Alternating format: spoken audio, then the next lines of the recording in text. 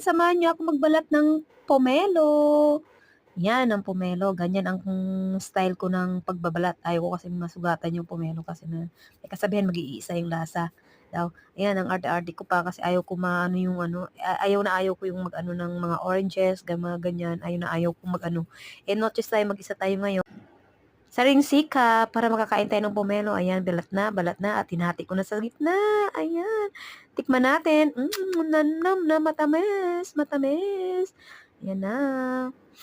Yan, hinugasan ko muna yung kamay ko at nagdala na ako ng suka, may sile, at may nilagyan ko ng asin at inano ko muna siya lahat.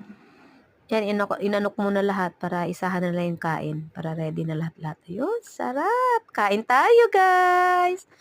Matamis na maasim, na maanghang konti. Perfect!